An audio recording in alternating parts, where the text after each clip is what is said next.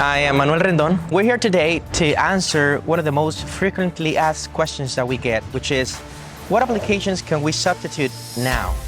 And for that, we're visiting your local Walmart store here in Castleberry, Florida. A great example. High-density polyethylene, one of the most commonly used materials on the market. No free-flowing water in it, so it's great. These items are some of the most commonly used items, and this type of plastic will never be recycled. There's no value in this type of plastic, so it will end up in a landfill. Look at this container here. I mean, this is so heavy, thick plastic. It has another plastic layer on top of it. Very, very difficult to recycle. Very heavy. I mean, a lot of mass that goes directly to the landfills. Plastic, paper, aluminum, all items that are commonly used and yet replaceable by one material.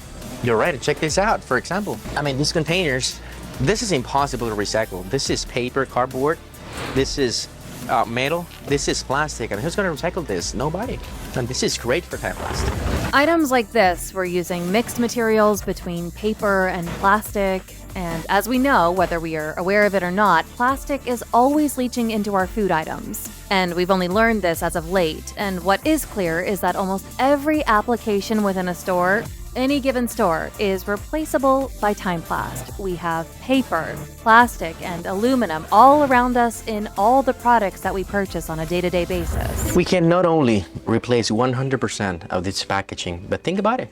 We'll dissolve within 60 hours.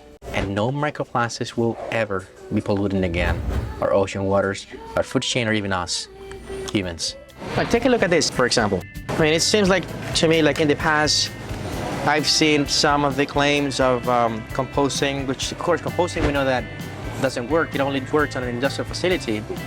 But here it says, please return this back to a participating store for recycling. In other words, you cannot send this to the... From our meeting with the largest recycling plant in the state of Florida, we know that this actually becomes a deterrent in the stream because it gets caught in the rollers. So it just winds up getting sent to a landfill rather than recycled. And the fact that it requires an extra step, which means the consumer needs to bring it back to the store, it's something that's not realistic. It's not sustainable in itself because most people just put this either in the trash or the recycling.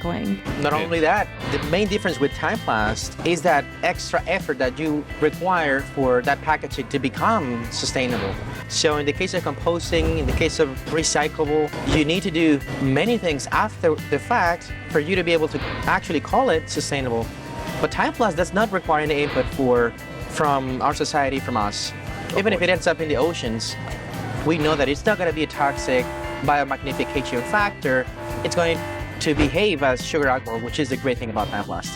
The main point, and probably what's most important, is that this isn't a post-consumer solution. It becomes a solution before it arrives at the customer's hands. Exactly that.